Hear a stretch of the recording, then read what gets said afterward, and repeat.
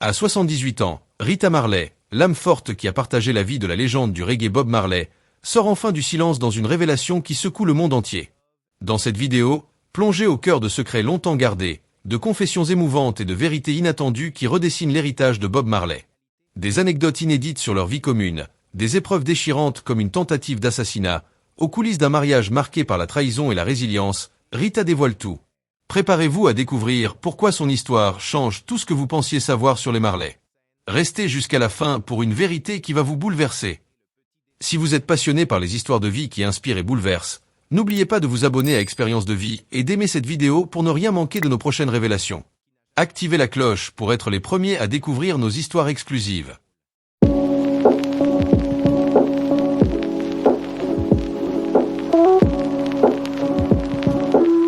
Pendant plus de 40 ans, elle a été la force tranquille derrière la légende.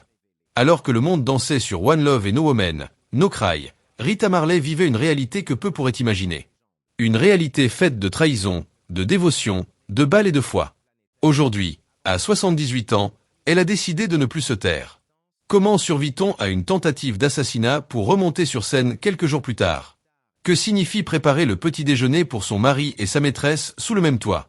Et comment porter le poids d'un héritage qui n'a jamais été vraiment le vôtre, mais qui a toujours reposé sur vos épaules? Dans cette vidéo, nous dévoilons ce que Rita a enfin révélé et pourquoi son histoire change tout ce que nous pensions savoir sur les Marley. La femme derrière la légende. Bien avant que le monde ne connaisse Bob Marley comme une icône planétaire, avant les dreadlocks et les hymnes à la paix et à la résistance, il n'était qu'un jeune homme de Trenchtown, en Jamaïque, avec une guitare et un message. À ses côtés, souvent dans l'ombre mais toujours au cœur de son histoire, se trouvait Rita Marley, sa partenaire dans la musique, dans la foi, dans les épreuves et dans la vie. Leurs chemins se sont croisés dans la chaleur et le rythme de Studio One, le célèbre studio d'enregistrement de Kingston. Rita, alors membre du groupe féminin de Soulette, était encadrée par un Bob Marley calme mais déterminé. Il n'était pas très direct dans ses paroles, préférant envoyer des amis pour exprimer son intérêt, mais leur connexion s'est rapidement intensifiée. Rita, déjà mère d'une petite fille nommée Sharon, a vu en Bob quelque chose d'authentique. En retour, Bob a accueilli Sharon comme sa propre fille, un premier pas vers la construction d'une famille qui deviendrait essentielle à leur vie. Le 10 février 1966, ils se sont mariés. Rita avait 19 ans, Bob venait d'en avoir 21. Cette même année, un événement transformateur a bouleversé leur chemin spirituel. Alors que Bob était dans le Delaware avec sa mère, tentant de subvenir à leurs besoins, Rita était en Jamaïque lors de la visite de l'empereur Haïlé Sélassié. Lorsqu'il est passé devant elle, Rita a juré avoir vu des marques de clous dans ses mains. Pour elle, ce moment a scellé une dévotion profonde et à vie envers le rastafarisme. Lorsqu'elle a partagé cette vision avec Bob, cela a bouleversé sa vision du monde et son art. Ensemble, ils ont formé un partenariat unique. Sur le plan professionnel, Rita soutenait Bob en tant que membre des Itries, un trio de chanteuses puissantes qui apportait richesse et âme au son des Weller. Sur le plan personnel, elle était son ancrage à travers la pauvreté, la violence politique et des tournées incessantes. Leur lien n'était pas conventionnel, mais il était indéniable. Ils ont fondé une famille composée de 3 enfants biologiques, Cedella, Ziggy et Stephen, ainsi que d'enfants adoptés et issus de relations précédentes ou extérieures. Leur foyer, loin d'être traditionnel, était empli de musique, de mouvement et de sens. Une vie marquée par le danger. Dans les années 1970, les tensions politiques en Jamaïque ont atteint leur paroxysme. Les factions rivales ont transformé les rues de Kingston en zone de guerre, et Bob Marley, devenu un héros culturel, était à la fois une cible et un symbole. Le moment qui a failli tout briser est survenu le 3 décembre 1976, quelques jours avant le concert Smile Jamaica, un événement gratuit destiné à apaiser les tensions nationales. Ce soir-là, des hommes armés ont pris d'assaut la maison des Marley sur Oprod. Rita a été blessée d'une balle à la tête. Bob a reçu 2 balles. Leur manager a été grièvement blessé. Incroyablement, Bob et Rita ont survécu. À peine 48 heures plus tard, la tête bandée, du sang séché encore dans ses dreadlocks, Rita se tenait sur scène aux côtés de Bob à Kingston. Sa présence était un acte de défi, sa survie une protestation. Bob, bras levés malgré ses blessures, a livré l'une des performances les plus emblématiques de l'histoire du reggae, prouvant que la musique pouvait triompher là où la politique et les balles échouaient. Par la suite, Bob s'est exilé à Londres pour sa sécurité, où il a terminé Exodus, l'album que le magazine Time qualifiera plus tard de meilleur du XXe siècle. Rita l'a rejoint, non seulement en tant qu'épouse, mais aussi en tant que partenaire créative, apportant sa voix et son soutien alors qu'il versait son âme dans la musique. Un mariage hors norme. Leur mariage a évolué vers quelque chose de plus spirituel que romantique. Alors que la renommée de Bob grandissait, ses relations avec d'autres femmes se multipliaient. Rita a choisi la grâce plutôt que l'amertume. Elle a écrit un jour qu'elle devait s'entraîner à voir Bob comme un bon frère, aimant plutôt que comme un véritable mari. Il n'a jamais permis à aucune de ces femmes de me manquer de respect, se souvient-elle. Il y avait une entente, non pas de possession, mais de présence. Rita ne partirait pas, et Bob, émotionnellement, non plus. Lorsque Bob a été diagnostiqué d'un mélanome lentigineux acral en 1977, Rita est restée à ses côtés. Elle l'a accompagné en Allemagne et à Miami, entre traitements alternatifs, hôpitaux et une presse omniprésente. Elle préparait le petit déjeuner non seulement pour Bob, mais parfois aussi pour Bob et Cindy Breakspeare, l'une de ses partenaires les plus connues à cette époque. Il y avait de la douleur, bien sûr, mais Rita a enduré, revenant toujours à sa conviction que sa place était auprès de lui comme soignante, confidente et compagne spirituelle. Leurs derniers jours ensemble étaient calmes, sacrés. L'un des derniers cadeaux reçus par Bob était une bague de la royauté éthiopienne, contenant, dit-on, des reliques du roi Salomon. Il l'a portée jusqu'à la fin. Pendant leurs dernières semaines, Rita lui lavait les cheveux, lui parlait doucement et l'entourait de musique et de prières. Elle décrira plus tard la mort de Bob comme une chute, la perte de sa force, de son homme, de son premier amour. Mais elle ne s'est pas effondrée. Gardienne de l'héritage. Après la mort de Bob, Rita est devenue la gardienne de son héritage. Elle a pris les rênes de Tuff Gong Studio, géré sa succession et affronté de nombreux défis juridiques et personnels avec une résilience silencieuse. Les critiques doutaient d'elle. Des membres de la famille la contestaient. Mais Rita est restée ferme, guidée par la conviction qu'elle n'était pas seulement la veuve de Bob, elle restait sa partenaire. Elle a poursuivi sa propre carrière musicale, sortant des albums nommés aux Grammy Awards, et a fondé la Rita Marley Foundation, qui œuvre pour la réduction de la pauvreté et l'émancipation des femmes en Jamaïque et au Ghana. Son activisme et sa philanthropie sont devenus le prolongement de la vie qu'elle avait partagée avec Bob. Sans elle, disait son fils Iggy, rien de tout cela ne se serait produit. La carrière de mon père ne serait pas ce qu'elle est. Aujourd'hui, à la retraite à Miami, entourée de petits-enfants qu'il appelle Nana Rita, elle reste la colonne vertébrale de la dynastie Marley. Même dans le silence, son influence est indéniable. Sa voix résonne dans les harmonies des Hitris. Son empreinte est gravée dans les archives de Tuff Gong. Son esprit vit dans chaque parole de No Woman, No Cry. Une famille complexe. Ils avaient construit ce qui semblait être le portrait d'une famille parfaite, remplie de musique, d'enfants et d'idéaux partagés, donnant l'illusion d'un amour indestructible. Mais en réalité, la monogamie était étrangère au mode de vie et aux croyances spirituelles de Bob Marley. En tant que rastafarien dévoué, il considérait les enfants comme des dons divins de Jah, et la retenue sexuelle n'était pas une pratique qu'il suivait. Les enfants, c'est merveilleux, disait Bob. Il n'en faut pas beaucoup, tu sais, juste une gentille fille qui ne prend pas de contraceptif. Ce n'était pas une remarque en l'air, c'était une philosophie de vie. Au cours de sa vie, Bob a officiellement reconnu au moins 11 enfants issus de 7 femmes différentes. Certaines sources avancent même que le chiffre réel pourrait être plus élevé, avec des rumeurs d'enfants non reconnus dans différentes régions du monde. Sa musique prêchait la fidélité à la vérité et à l'esprit, mais en amour, Bob était dispersé. Pendant son mariage avec Rita, les aventures se sont multipliées. Il ne s'agissait pas d'écarts ponctuels ou discrets, mais de relations parallèles, durables, qui se chevauchaient souvent. Certains de ses enfants sont nés à quelques jours d'intervalle. En mai 1972, il accueille Robert Marley, puis Rohan Marley 3 jours plus tard, chacun avec une mère différente. Leur naissance est survenue moins d'un mois après la naissance de Stephen Marley, fils de Rita. Ce chevauchement n'était pas un hasard. C'était le reflet du désir infatigable de Bob de bâtir un héritage à travers ses enfants, quel qu'en soit le prix émotionnel pour Rita. Rita, qui était déjà mère d'une fille nommée Sharon, issue d'une précédente relation que Bob avait adoptée, allait élever non seulement ses propres enfants biologiques avec Bob, mais aussi plusieurs de ceux nés d'autres femmes. Elle a ainsi élevé Julian, Karen et Robbie aux côtés de ses enfants.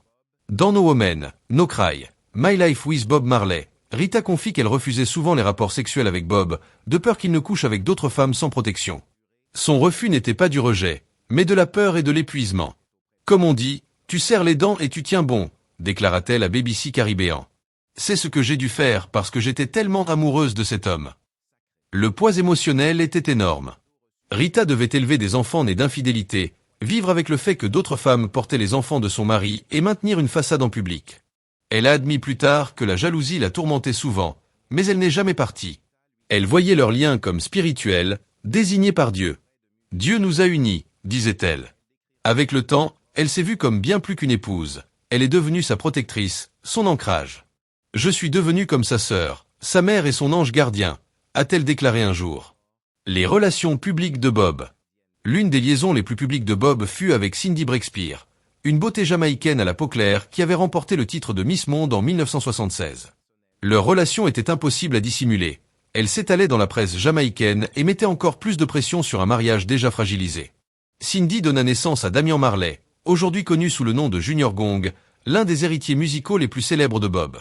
Cindy se souvient du poids social qu'impliquait sa relation avec un rastafarien, alors qu'elle venait d'un milieu privilégié de Kingston.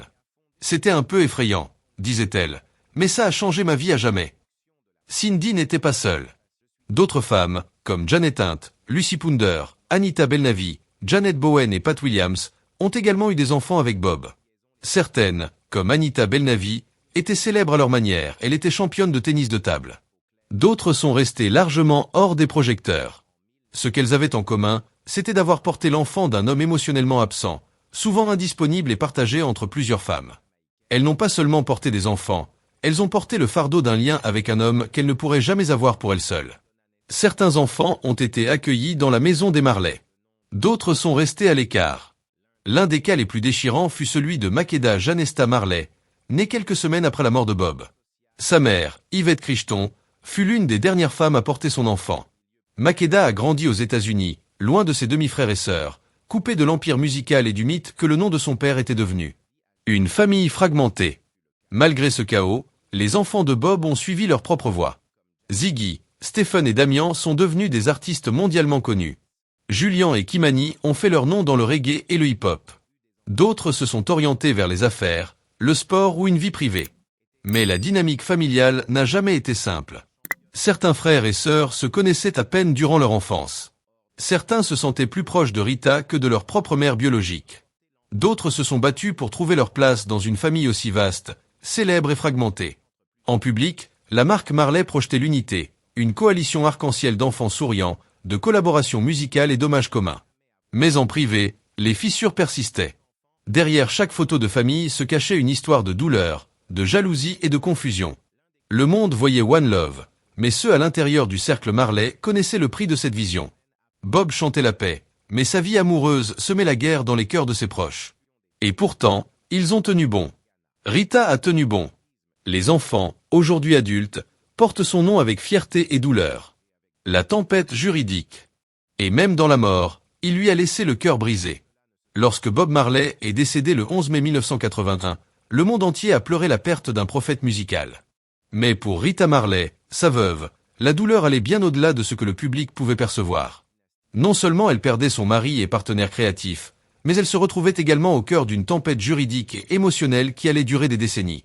Bob laissait derrière lui non seulement un empire musical en pleine expansion, mais aussi aucun testament. Ce qui suivit fut un enchevêtrement de trahisons, de procès, de documents falsifiés, de contestations de paternité et d'ego en guerre, étalés sur 3 continents et qui ébranlèrent la famille Marley jusqu'au plus profond d'elle-même. Le refus de Bob de rédiger un testament n'était pas un oubli. En tant que rastafarien convaincu, il croyait que parler de la mort constituait une violation spirituelle.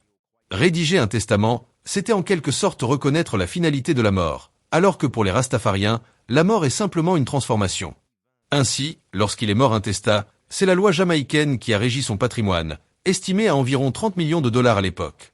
La loi accordait immédiatement 10% de la succession à la veuve, 45% à percevoir pendant sa vie, et le reste à partager équitablement entre les enfants. Mais la réalité était loin d'être aussi simple. Bob Marley avait 11 enfants reconnus issus de 7 femmes différentes, et tous n'étaient pas légalement reconnus au moment de sa mort. Certains enfants, comme Imani Carroll, prétendument sa première fille, n'ont jamais été officiellement reconnus par sa succession. D'autres, comme Makeda Janesta, sont nés après sa mort et ont grandi loin du cercle familial des Marley. En l'absence de documents légaux clairs ou de directives testamentaires, pratiquement tous les aspects de l'héritage de Bob étaient sujets à débat, de la légitimité des héritiers à l'autorité de gestion de son image et de ses droits d'auteur. La révélation la plus explosive est survenue peu après la mort de Bob. Rita Marley, désespérée à l'idée de conserver le contrôle sur l'héritage de son mari, aurait falsifié sa signature sur plusieurs documents juridiques clés avec l'aide de l'avocat de Bob, David Steinberg. Ces papiers falsifiés visaient à transférer des droits d'édition et des parts commerciales précieux à son nom. Mais le stratagème fut rapidement découvert. Lorsque la fraude fut révélée, les tribunaux jamaïcains destituèrent Rita de son rôle de fiduciaire et soumirent l'ensemble de la succession à une révision judiciaire complète. Cette trahison brisa la confiance au sein de la famille Marley et jeta une ombre durable sur l'image publique de Rita. Pendant ce temps, d'autres acteurs apparaissaient, anciens membres du groupe, producteurs, comptables, parents éloignés, chacun revendiquant une part du trésor Marley. Chris Blackwell, le patron d'Island Records et l'homme qui avait propulsé Bob sur la scène internationale, se retrouvait dans une position délicate. Si certains membres de la famille l'accusaient de profiter de l'héritage de Bob à des fins lucratives, d'autres le considéraient comme le seul capable de gérer le labyrinthe juridique et commercial entourant le catalogue et la marque Marley. Au centre de tout cela, il y avait les enfants, Ziggy, Stephen, Cedella, Julian, Rohan, Damian et d'autres, chacun devant faire face non seulement à la perte de leur père, mais aussi à une famille divisée. Beaucoup avaient grandi séparément, dans des foyers différents, dans des contextes très variés. L'absence de testament obligea la famille à prouver les liens de filiation via des déclarations sous serment et, dans certains cas, des tests ADN. Des dizaines d'individus en Jamaïque et dans la diaspora ont affirmé être des enfants de Bob Marley.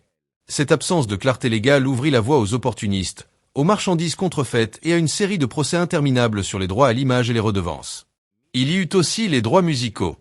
Le catalogue de Bob Marley continuait de générer des millions de revenus chaque année, des revenus convoités non seulement par sa famille, mais aussi par d'anciens musiciens et producteurs. Les litiges sur les crédits de composition, les parts d'édition et les droits de tournée menèrent à des procès en Jamaïque, au Royaume-Uni et aux États-Unis. L'un des procès les plus amers concernait la vente du catalogue musical de Marley. Rita et ses enfants s'opposèrent au prix de vente de 8,2 millions de dollars, estimant qu'ils sous-évaluaient la vraie valeur de l'héritage de Bob. Ils portèrent l'affaire jusqu'au conseil privé du Royaume-Uni et remportèrent la victoire. Mais ce n'était pas l'argent qu'ils recherchaient. Dans une solution créative, Island Records finança un plan permettant à chaque enfant Marley de recevoir un versement d'1 million de dollars à sa majorité, tout en laissant à la famille le contrôle principal du catalogue. Ce fut un rare moment d'unité dans une famille souvent divisée. L'héritage Marley aujourd'hui. Aujourd'hui, l'empire House of Marley ne se limite plus à la musique. Il s'étend aux casques audio, au cannabis, aux vêtements et à des produits écologiques. Une grande partie de la marque est dirigée par les enfants de Bob, avec Ziggy, Cedella et Stephen en figure de proue. Mais en coulisses, les blessures de la guerre successorale sont encore présentes. Certains enfants restent éloignés, et certains arrangements financiers ravivent des tensions. Rita, désormais âgée de plus de 75 ans, ne gère plus l'héritage mais reste sa matriarche spirituelle. Malgré les trahisons et les scandales publics, elle a toujours parlé de Bob avec respect. Dans une interview, elle a déclaré « Je ne me suis jamais vue comme sa veuve, je suis encore sa partenaire ». La valeur de la succession Marley dépasse aujourd'hui les 500 millions de dollars. Bob Marley figure toujours sur la liste Forbes des célébrités décédées les mieux rémunérées, générant des dizaines de millions chaque année. Mais aucun montant ne peut effacer la douleur causée par des années de conflits, les trahisons, les batailles judiciaires, les liens familiaux brisés. Des décennies plus tard, l'héritage Marley reste hanté par le prix d'un homme qui a refusé d'écrire un testament. Ainsi, l'histoire de la fortune de Bob Marley ne parle pas seulement de musique ou d'argent. C'est une mise en garde, un portrait de ce qui arrive quand la foi se heurte à la loi, quand l'amour est mis à l'épreuve par l'héritage, et quand la mort d'un homme devient un champ de bataille pour ceux qu'il a laissés derrière lui. Au final, Bob Marley n'a pas seulement laissé un message de paix, il a laissé une tempête. Pendant des années, le monde a vu Bob Marley comme un prophète de paix, un révolutionnaire, un messie musical. Mais derrière les hymnes et la légende, il y avait une femme silencieuse, constante, marquée. Rita Marley a enfin levé le voile, et ce qu'elle a révélé n'était pas seulement douloureux, c'était profondément humain. Et maintenant, à vous de répondre. Le refus de Bob Marley de s'engager auprès d'une seule femme était-il une conviction sacrée ou simplement une excuse habile pour justifier ses excès? Dites-nous ce que vous en pensez dans les commentaires. Si cette histoire vous a touché, n'oubliez pas d'aimer, de partager et de vous abonner à Expérience de vie. Car derrière chaque icône, il y a souvent une vérité qu'on n'a jamais pris le temps de questionner, jusqu'à aujourd'hui.